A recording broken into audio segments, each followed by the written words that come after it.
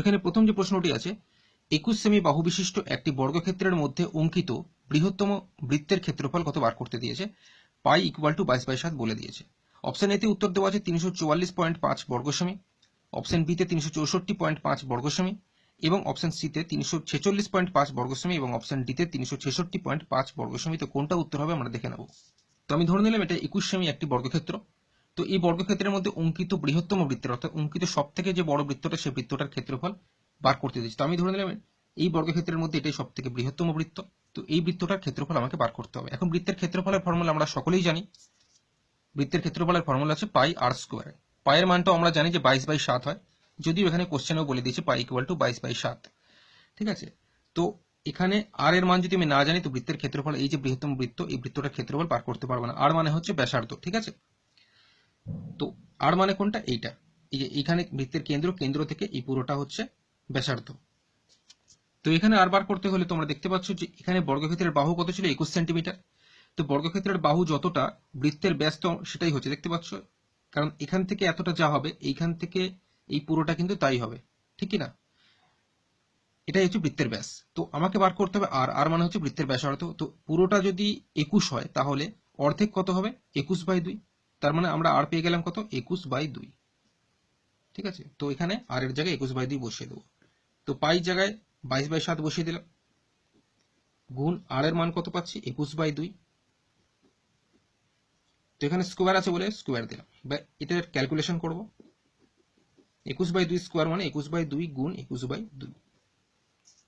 তো এখানে কাটাকুটি করলে 7 3 21 হয়, আর এখানে 2 11 22। তার মানে এখানে 11 3 33, আর 33 সঙ্গে যদি 21 গুণ করি তাহলে হয় 693। এটা উপরে বসাবো, আর নিচে থাকছে কত, 2। তো 2 দিয়ে যদি 693 কে ভাগ করি তাহলে হয় 346.5। ঠিক আছে, এত বর্গ সেমি। তো রাইট অ্যান্সার আমরা দেখে নেব 346.5 বর্গ সেমি, অপশন সি। ঠিক আছে, চলে যাচ্ছি পরের প্রশ্ন। কোশ্চেন নাম্বার 2, দুটি সংখ্যার অনুপাত বলেছে 3:4। যদি তাদের লসাগু 240, তাহলে সংখ্যা দুটির মধ্যে ক্ষুদ্রতম সংখ্যাটি কত। তো এখানে দুটি সংখ্যার অনুপাত বলেছে 3:4। তো অনুপাত থেকে আমরা সরাসরি কত সেই সংখ্যাটি বলতে পারবো না। তো সেক্ষেত্রে আমরা সংখ্যাটা একটা ধরে নিলাম হচ্ছে 3x এবং আরেকটা সংখ্যা ধরে নিলাম 4x। ঠিক আছে। তো 3x আর 4x এর যদি আমি লসাগু করি তাহলে লসাগু কত হবে, 3x আর 4x এর লসাগু প্রথমে x দিয়ে যায়, x 3 এ 3x আর x এর সঙ্গে 4 গুণ করলে 4x। তার মানে লসাগু কত হচ্ছে, লসাগু হচ্ছে আমার x গুণ 3 গুণ 4। এটা হচ্ছে আমার লসাগু। আর কোশ্চেনের লসাগু কত বলেছে, 240। তাহলে দেখতে পাচ্ছ যে দুটি সংখ্যার লসাগু এখানে বলেছে কোশ্চেনে 240, কিন্তু আমরা এখানে বার করলাম x গুণ 3 গুণ 4। তো এটা ইকুয়াল টু এটা আমরা লিখতেই পারি। তো সেই হিসেবে লিখতে পারি x গুণ 3 গুণ 4 সমান সমান 240, বা এখান থেকে x এর ভ্যালু বার করবো, x ইকুয়াল টু হচ্ছে 240 বাই এখানে 3 গুণ 4 চলে আসবে। তো 4 দিয়ে কাটলে 4 6 24, আর এখানে 3 দিয়ে কাটলে 3 20 60। তার মানে x ইকুয়াল টু আমরা পেয়ে গেলাম কত, 20। তো অ্যান্সার আমাদের হয়ে গেল এখানে x ইকুয়াল টু 20। এটা অ্যান্সার নয়। আমাকে এখানে বার করতে দিই সংখ্যা দুটির মধ্যে ক্ষুদ্রতম সংখ্যাটি কত। তো ক্ষুদ্রতম সংখ্যাটি বলতে একটা সংখ্যা আমি কি ধরেছিলাম 3x, আর একটা সংখ্যা ধরেছিলাম 4x। তো ক্ষুদ্রতম সংখ্যাটি এখানে 4x আর 3x এর মধ্যে ক্ষুদ্রতম সংখ্যাটি হচ্ছে 3x। তাহলে 3x কত হবে, 3 গুণ x এর মান তো আমরা পেয়ে গেছি কত, 20। x এর জায়গায় 20 বসিয়ে দিলাম, তাহলে 3 20 গুণ করলে 60। তাহলে ক্ষুদ্রতম সংখ্যাটি হচ্ছে 60। অপশন বি হবে রাইট অ্যান্সার। চলে যাচ্ছি পরের প্রশ্ন। কোশ্চেন নাম্বার 3, 7 জন লোক একটি কাজ 12 দিনে শেষ করে, ওই কাজের দ্বিগুণ পরিমাণ কাজ 8 দিনে শেষ করতে কতজন অতিরিক্ত লোকের প্রয়োজন হবে। তো আমি এখানে লোক মানে ধরে দিলাম m, দিন মানে ধরে দিলাম d, আর কাজ মানে ধরে দিলাম w। তো সেক্ষেত্রে ফর্মুলা আমরা জানি যে m1 d1 by w1 equal to m2 d2 by w2। এটা আমরা জানি ফর্মুলা। তো এখানে প্রথম লাইনে যেটা বলেছে 7 জন লোক একটি কাজ 12 দিনে শেষ করে। তো লোক মানে আমি ধরেছিলাম m, তো m1 এর জায়গায় আমি ধরে নিলাম 7 জন। ঠিক আছে। তো 7 জন লোক 12 দিনে, তো d1 এর জায়গায় বসবে 12 দিনে শেষ করে একটি কাজ। তো কাজটি কত আমি জানি না, তো আমি ধরে নিলাম x। ঠিক আছে, w1 মানে x হলো। ঠিক আছে। এবার চলে আসবে সেকেন্ড লাইনে যেটা বলেছে, বলেছে ওই কাজের দ্বিগুণ পরিমাণ কাজ। তো মানে w2 মানে কাজ। তো ওই কাজের দ্বিগুণ মানে আগে আমি কাজ কি ধরেছিলাম x, তাহলে এখন বলেছে দ্বিগুণ কাজ। তো দ্বিগুণ কাজ কত হবে, তাহলে 2x। আচ্ছা, ওই কাজের দ্বিগুণ পরিমাণ কাজ 8 দিনে শেষ করতে, অর্থাৎ d2 মানে কত, 8। তাহলে কতজন লোকের প্রয়োজন হবে। এখানে অতিরিক্ত লোকের বার করতে দিচ্ছি। তারপরে তখন দেখি কতজন লোকের প্রয়োজন হয়, তারপর অতিরিক্ত কত দেখে নেবো। ঠিক আছে। তো আমি এখন যেহেতু কতজন লোক লাগছে জানি না, তো m2 এখন m2 যেরকম ছিল m2 সেরকমই রেখে দিলাম। সেখান থেকে ক্যালকুলেশন করব। তো করলে কি হচ্ছে দেখো, এক্স এক্স এখান থেকে কেটে গেল, 2 দিয়ে কাটলে 2 4 8 কেটে গেল, 4 3 12 কেটে গেল। তাহলে এখানে 3 সাথে কোণ করলে কত হচ্ছে 21, 21 ইকুয়াল মানে m2, তার মানে m2 ইকুয়াল টু কত পাচ্ছে 21। তাহলে আমার এই ক্ষেত্রে মানে দ্বিগুণ পরিমাণ কাজ 8 দিনে শেষ করতে আমার লোকের প্রয়োজন হচ্ছে কত 21 জন। প্রথমে লেগেছিল 7 জন লোক একটি কাজ 12 দিনে শেষ করছে, কিন্তু ওই কাজে যখন দ্বিগুণ পরিমাণ কাজ 8 দিনে শেষ করতে হবে তখন আমার লোক লাগছে কত 21 জন। ঠিক আছে, কিন্তু আমাকে জানতে চাইছিলেন কতজন অতিরিক্ত লোকের প্রয়োজন হবে। অতিরিক্ত লোক মানে কতজন বেশি লোকের প্রয়োজন হবে। তো প্রথমে আমার লোক লেগেছিল 7 জন, এখন আমার লাগছে 21 জন। তাহলে কতজন বেশি লোক লাগছে আমার, 21 থেকে 7 বিয়োগ করব, 14 জন বেশি লোক লাগছে। ঠিক আছে, তো উত্তর হবে আমার হয়ে যাবে আমার অপশন বি, এটা 14। আচ্ছা, এবার চলে যাচ্ছি পরের প্রশ্ন, কোশ্চেন নাম্বার 4। একটি ব্যক্তির আয় ও ব্যয়ের অনুপাত 12:10। যদি তিনি বছরে 18,000 টাকা সঞ্চয় করেন তাহলে তার মাসিক আয় কত? অপশন এতে আছে 8,250 টাকা, অপশন বিতে 3,750 টাকা, অপশন সিতে 9,500 টাকা এবং অপশন ডিতে আছে 9,000 টাকা। তো আমি ধরে নিলাম ব্যক্তিটির মাসিক আয় ধরে নিলাম x টাকা। তাহলে বছর আয় হচ্ছে 12x টাকা, আর এখানে বলে দিয়েছে বছরে ব্যয় বলে দিয়েছে 10x, মানে ধরে নেবো আমি বছরে আয় ধরে নেবো 12x টাকা, বছরে ব্যয় ধরে নেবো 10x টাকা। তাহলে এখানে তোমরা দেখতে পাচ্ছ ব্যক্তিটি জমাচ্ছে কত, অর্থাৎ সঞ্চয় করছে কত, 12x থেকে 10x বিয়োগ কত সঞ্চয় করছে 2x টাকা। কিন্তু এখানে বলেছে 18,000 টাকা, তো এটা এদিক দিয়ে 2x টাকা হচ্ছে আমার ক্যালকুলেশন করলে x ধরে, আর এখানে হচ্ছে 18,000 টাকা। তো দুটো ইকুয়াল, তো সেই হিসেবে আমরা লিখতে পারি শর্তানুসারে 2x ইকুয়াল টু আমরা লিখতে পারি 18,000। তার মানে x ইকুয়াল টু আমার কত দাঁড়াচ্ছে 9,000 টাকা। ঠিক আছে, তো মাসিক আয় আমি কত ধরেছিলাম x টাকা, তাহলে মাসিক আয় আমার বেরিয়ে গেল x ইকুয়াল টু 9,000 টাকা। তো এটাই হবে মাসিক আয়, অপশন ডি 9,000 টাকা।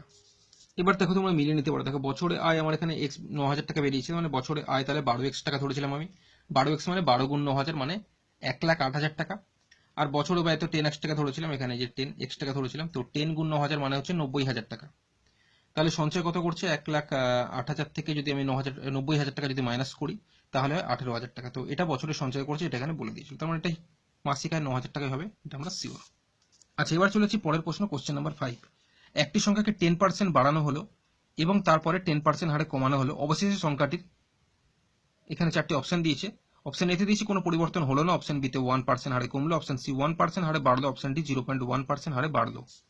এক্ষেত্রে বলে রাখি সেম নাম্বার যদি থাকে পার্সেন্টেজে, তো যেটা বাড়ানো হচ্ছে বা সেটা যদি কমানো হয় সেক্ষেত্রে সংখ্যাটি সবসময় তোমরা মনে রাখবে কমবে। ঠিক আছে, এবং এটা কিরকম ইউজ করবে, যে 10% বলেছে, 10 গুণ 10/100 করে দেবে, অ্যান্সার হয়ে যাবে।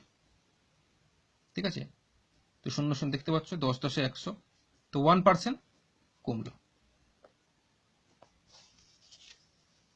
তো অপশন বি হবে রাইট অ্যান্সার। অ্যাকচুয়ালি এটা এরকম, এটা ফর্মুলা 10% হারে বাড়ানো হচ্ছে মানে +10, এবং তারপরে বলেছে 10% হারে কমানো হচ্ছে তো -10, তারপর হবে -10 গুণ 10/100। ঠিক আছে, তো এখানে 10 10 10 10 10 100, আর এখানে 10 10 কেটে গেল। ঠিক আছে, তাহলে এখানে 10 10 তো +10 -10 কেটেই যাচ্ছে, তাহলে -1% থাকছে, তো -1% মানেই হচ্ছে 1% কমলো। ঠিক আছে, তো চলে যাচ্ছি পরের অঙ্কতে। তো এখানে একটি সরল দিয়েছে দেখতে পাচ্ছ, এই সরলটি কি হবে। তো অঙ্কটি আমি টুকে নিলাম। ঠিক আছে, তো দেখতে পাচ্ছ অঙ্কটিতে এখানে যেটা করতে হবে 0.9 মাইনাস 2.3 মাইনাস 3.2 মাইনাস, এখানে যে ফার্স্ট ব্র্যাকেট আছে ফার্স্ট ব্র্যাকেটটা পুরোপুরি খুলে দেবে, ফার্স্ট ব্র্যাকেট খুলে দিলে -7.1 হচ্ছে, তারপরে ব্র্যাকেট খোলার জন্য মাইনাসে মাইনাসে প্লাস হয়ে 5.4, তারপরে আবার মাইনাসে মাইনাসে প্লাস হয়ে 3.5 বসলো।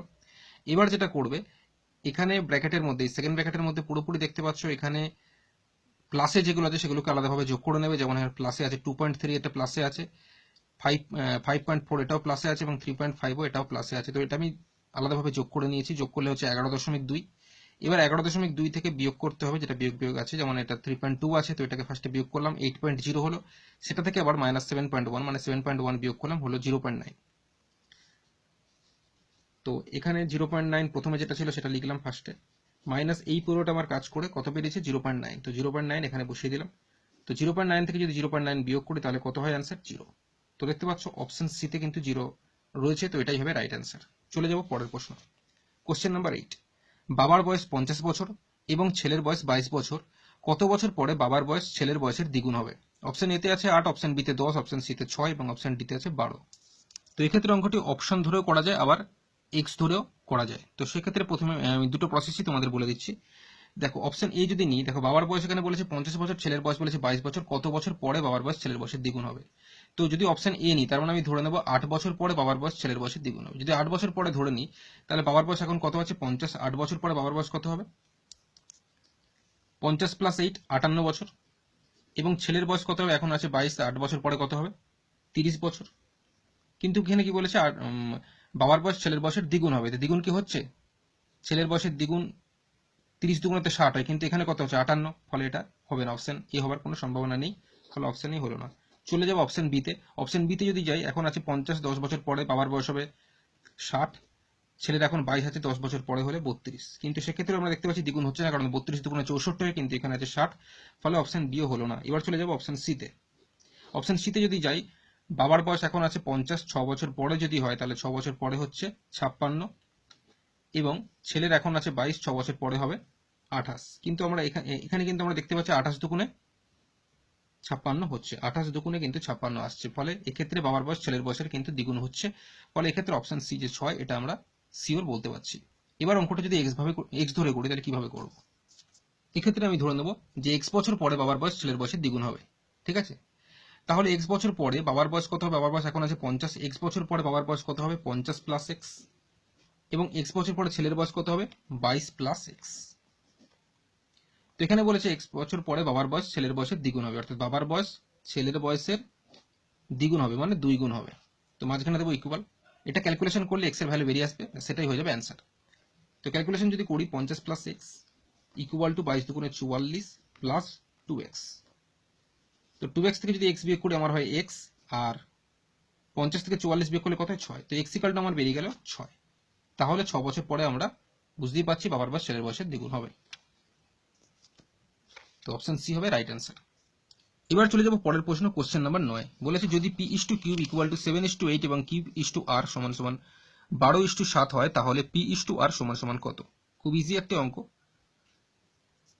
আমাকে এখানে p/q = 7:8 মানে p/q = 7/8 বলে দিয়েছে, আর বলে দিয়েছে q/r = 12:7, মানে q/r = 12/7 বলে দিয়েছে। তাহলে আমাকে বার করতে এখন দিয়েছে p/r কত, অর্থাৎ আমাকে বার করতে দিয়েছে এখন p/r। তো p/r কে আমি এরকম লিখতেই পারি, p/r মানেই হচ্ছে p/r।